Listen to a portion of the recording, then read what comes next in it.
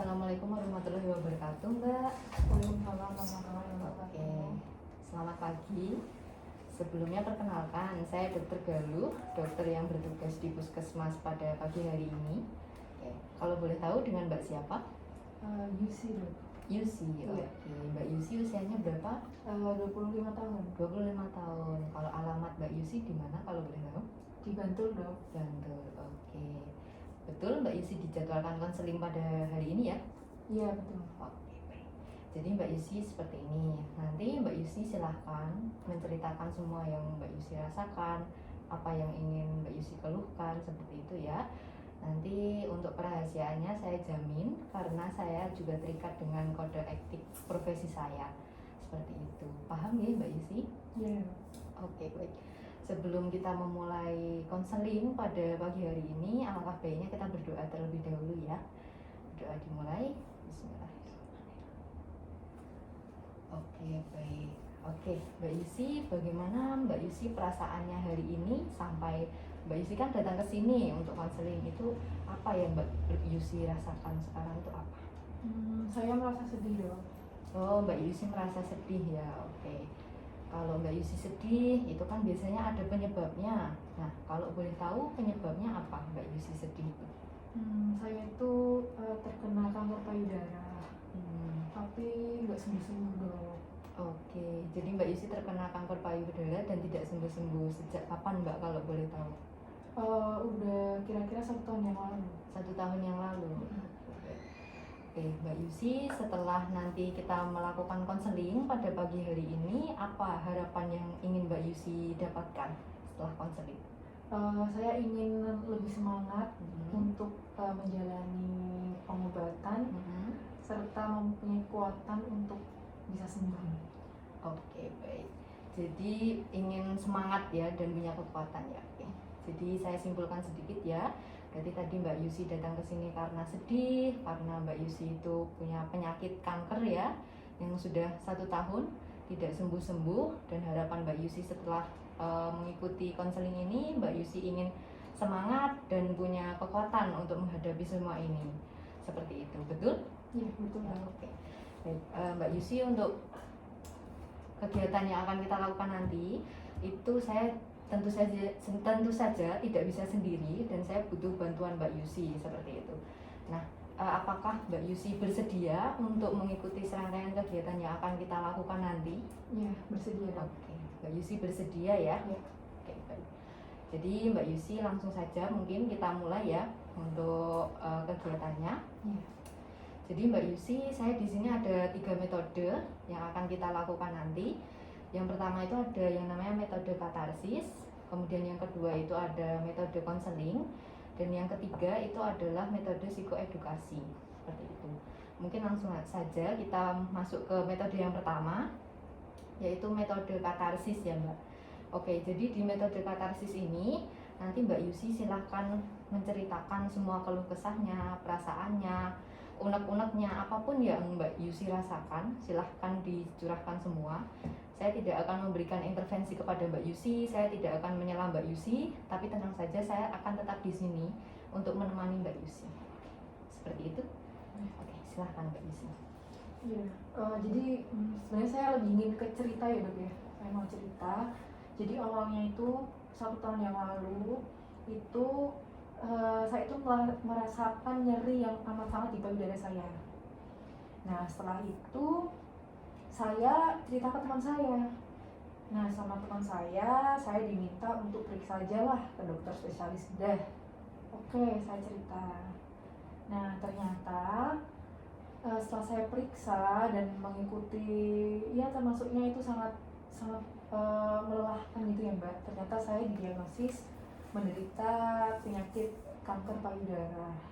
Nah mendengar hal itu saya langsung merasa down, saya sedih sekali.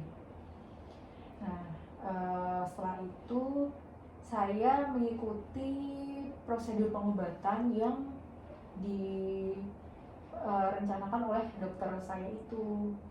Mulai saya melakukan operasi, saya mulai melakukan kemoterapi. Setelah melalui hal yang panjang itu, alhamdulillah membaik. Sekitar 8 bulan yang lalu. Nah, tapi kok akhir-akhir ini sekitar 1 bulan yang lalu itu saya kok merasa sakit lagi ya Mbak ya. Saya langsung kepikiran, waduh gimana ini kalau kambuh, gimana kalau saya nggak bisa sembuh dari sakit kanker payudara itu. Saya langsung berpikiran yang macam-macam, saya sedih, nangis, kayak udah nggak ada harapan hidup gitu loh Mbak. Kayak ya Allah, kenapa toh ini kok terjadi kepada aku, kenapa aku wanita yang dipilih olehmu untuk menderita sakit ini, itu Mbak. Gitu Mbak.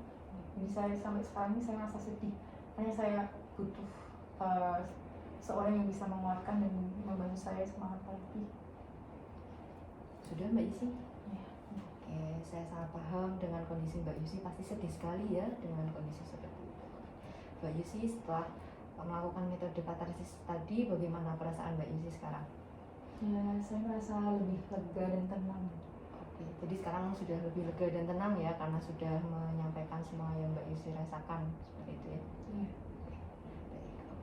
Selanjutnya Mbak Yusi, kita masuk ke metode yang kedua, yaitu konseling. Jadi nanti di metode konseling ini silahkan Mbak Yusi menyebutkan kelebihan, kekurangan, peluang dan juga hambatan yang Mbak Yusi miliki, terutama dalam menghadapi masalah yang Mbak Yusi alami saat ini, seperti itu. Mungkin silahkan Mbak Yusi bisa menyebutkannya. Apa saja? Tadi yang pertama kelebihan ya Dok ya. Oke, saya merasa kelebihan saya itu saya masih ada, masih punya motivasi untuk sembuh itu masih besar. Terus yang kedua kekurangannya ya. Kekurangannya.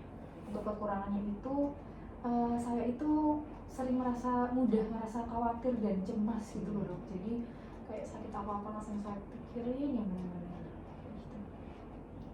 Terus tadi yang ketiga Peluang. Nah, untuk peluang yang saya miliki itu alhamdulillah keluarga saya itu mensupport saya, jadi membantu saya, mengantarkan untuk berobat dan selalu mensupport untuk kesembuhan saya ini.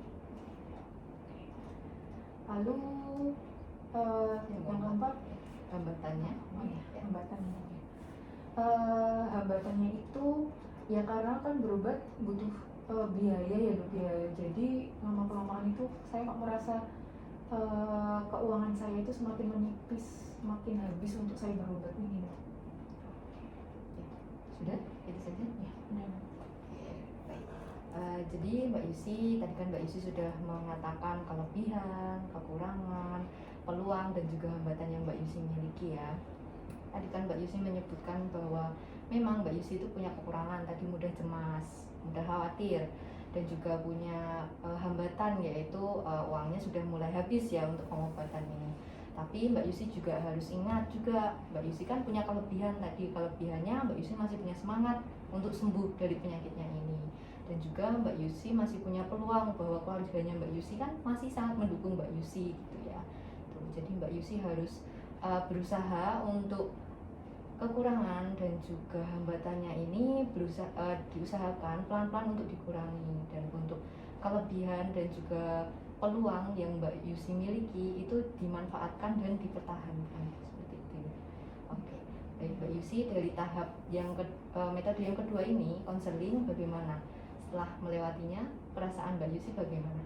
Alhamdulillah saya lebih merasa tenang Dok, dan tahu apa yang harus saya lakukan dan apa yang mungkin saya kurangi kayak cemasnya tadi. Oke. Jadi udah lebih tahu ya harus Iya. seperti apa ya, lebih tenang juga.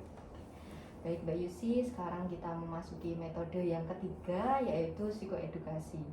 Jadi Mbak Yusi, di metode psikoedukasi ini nanti mungkin saya akan memberikan beberapa saran yang harapannya bisa Mbak Yusi terapkan gitu dalam kehidupan sehari-hari.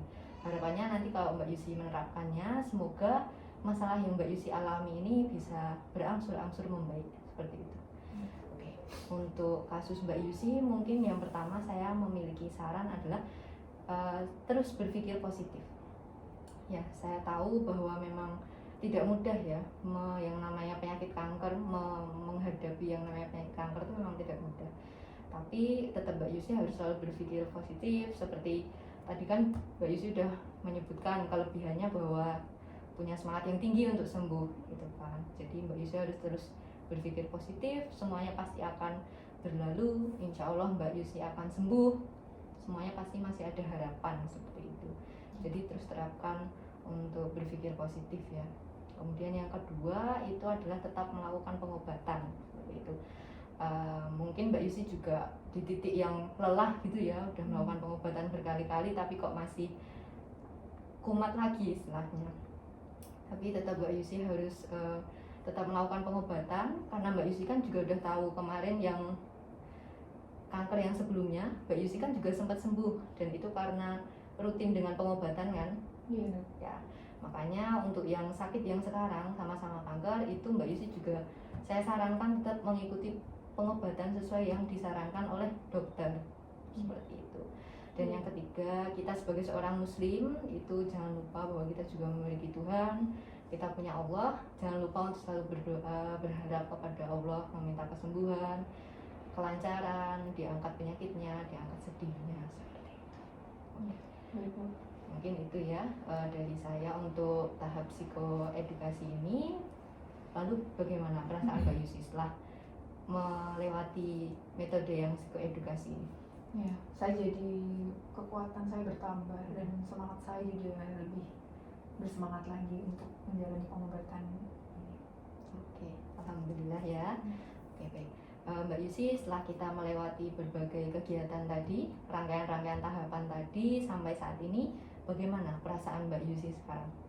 Ya, saya lebih tenang, lebih bersemangat, lebih punya kekuatan untuk sembuh, lebih berusaha untuk tidak gampang khawatir dan cemas. Oke, alhamdulillah ya.